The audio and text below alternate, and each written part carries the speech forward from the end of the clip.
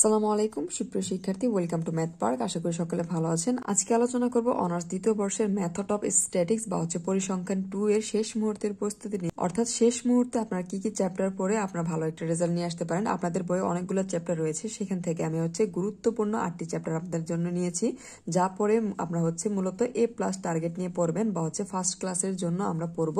তো প্রথম অংশে আমরা মান বন্টন সম্পর্কে জেনে নেই। আপনাদের এখানে ক বিভাগ, খ বিভাগ এবং ঘ বিভাগ থেকে প্রশ্ন থাকবে। ক বিভাগ থেকে প্রতিবারের মতো আপনাদের 12টি প্রশ্ন থাকবে, আপনাদের অ্যান্সার করতে হবে 10টি। খ বিভাগ থেকে আপনাদের 8টি প্রশ্ন থাকবে, আপনাদের অ্যান্সার করতে হবে 5টি। এখানে প্রত্যেকটি মান 4, আর এই ক্ষেত্রে আপনাদের 20 মার্ক। এবং ঘ বিভাগ থেকে আপনাদের প্রশ্ন থাকবে 8টি, আপনাদের অ্যান্সার করতে হবে 5টি, প্রত্যেকটি মান 10। এখানে ঘ বিভাগে কিন্তু ক এবং খ এই আকারেও থাকতে পারে, সেই ক্ষেত্রে একটির মান 5 থাকতে পারে, একটি মান 7 বা 3 আকারে কিন্তু থাকতে পারে। এখানে 50 মার্ক।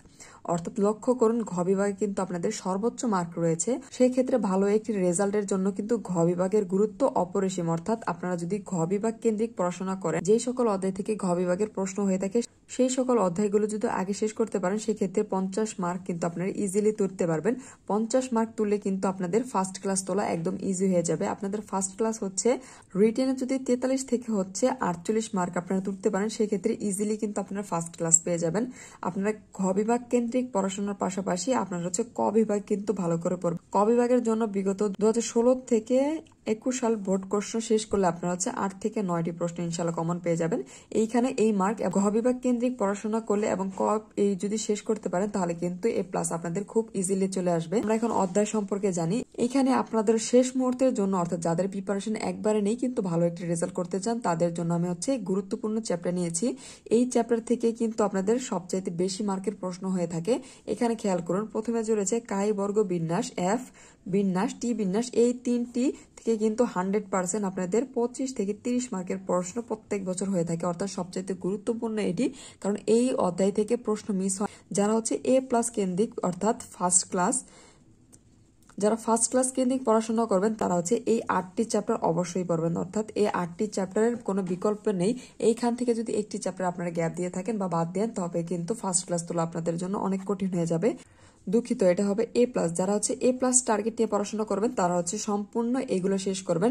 তারপর যারা ফার্স্ট ক্লাসের জন্য পড়াশোনা করবেন, 4 নাম্বার, 5 নাম্বার এবং 6 নাম্বার এইগুলো বাদ দিয়ে পড়াশোনা করতে পারেন। এখানে প্রথমে 3টি এবং শেষে যে আমি 2টি রয়েছি, উপাদানি পরীক্ষা এবং প্রকল্প যাচাই, এই যদি 5টা আপনারা শেষ করতে পারেন, তবে ইনশাআল্লাহ আপনারা ফার্স্ট ক্লাসের মার্ক কিন্তু তুলতে পারবেন। এবং যারা শুধুমাত্র শেষ মুহূর্তে 5 নাম্বারের জন্য পড়তে চান, 5 নাম্বারের ক্ষেত্রে এইখানে যে 3টি রয়েছে, শেষে যে প্রকল্প যাচাই, এই 4টি চ্যাপ্টার যদি আপনারা শেষ করতে পারেন, তাহলে ইনশাআল্লাহ 5 নাম্বার নিয়ে আসবেন।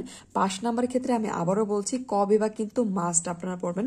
ক বিভাগ থেকে যদি 7 থেকে 8 মার্ক আপনারা তুলতে পারেন, সেই ক্ষেত্রে আপনারা এই 4টি অধ্যায় শেষ করলে ইনশাআল্লাহ ভালো একটি মার্কের পাশাপাশি পাস মার্কটা নিয়ে আসতে পারবেন। এখন লক্ষ্য করুন, নন মেজর পরীক্ষার ক্ষেত্রে যখন আপনারা নন মেজর পরীক্ষাগুলো দেবেন, নন মেজর প্রশ্নের ক্ষেত্রে বরাবরই রিপিটের সংখ্যা কিন্তু একদমই কম।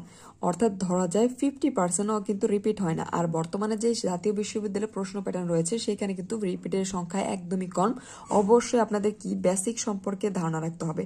প্রত্যেকটি চ্যাপ্টার বা প্রত্যেকটি কোর্সের বেসিক অবশ্যই আপনাদের শেষ করতে হবে। বেসিক ছাড়া এখন কিন্তু ভালো রেজাল্ট করা অসম্ভব হয়ে দাঁড়িয়েছে। অর্থাৎ আপনারা যেই চ্যাপ্টারগুলো পড়বেন, সেই চ্যাপ্টারে অবশ্যই বেসিক একদম কনসেপ্টগুলো ক্লিয়ার রাখবেন, যাতে করে আপনারা যদি প্রশ্ন প্যাটার্ন চেঞ্জ করে দেয় বা বেসিক রিলেটেড প্রশ্ন দিয়ে থাকে, যাতে আপনারা শেষ করতে পারেন। আপনাদের কিন্তু তুলনামূলক নন মেজরের ক্ষেত্রে আপনাদের ফেইলের সংখ্যা বেশি হয়ে থাকে, তাই আপনারা অবশ্যই ভালো করে পড়বেন। এবং আমি আবারও বলছি, যারা ভালো রেজাল্ট করতে চান, চেষ্টা করবেন 8টি চ্যাপ্টার অবশ্যই শেষ করতে। 8টি চ্যাপ্টারে বিগত যদি 7 থেকে 5 বছর আপনারা শেষ করতে পারেন, সেই ক্ষেত্রে দেখা যায় আপনারা 40% কিন্তু কমন পাবেন।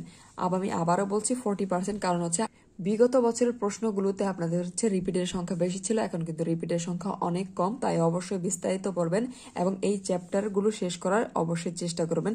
এই ছিল মোটামুটি পরিসংখ্যান শেষ মুহূর্তের আপনাদের প্রস্তুতি নিয়ে গাইডলাইন। আশা করি সকলে বুঝতে পেরেছেন। আপনাদের পরিসংখ্যান 2 এর পূর্ণাঙ্গ সাজেশন আমাদের ইউটিউব চ্যানেল এবং ফেসবুক পেজে দেওয়া আছে। পাশাপাশি গ বিভাগের প্রশ্ন কিন্তু আমাদের চ্যানেল এবং পেজে দেওয়া আছে। এখন এই ভিডিওতে আপনাদের যদি কোনো অংশ বুঝতে সমস্যা, অবশ্যই কমেন্ট সেকশনে জানাবেন এবং ম্যাথ পার্কের সাথে থাকবেন। ধন্যবাদ।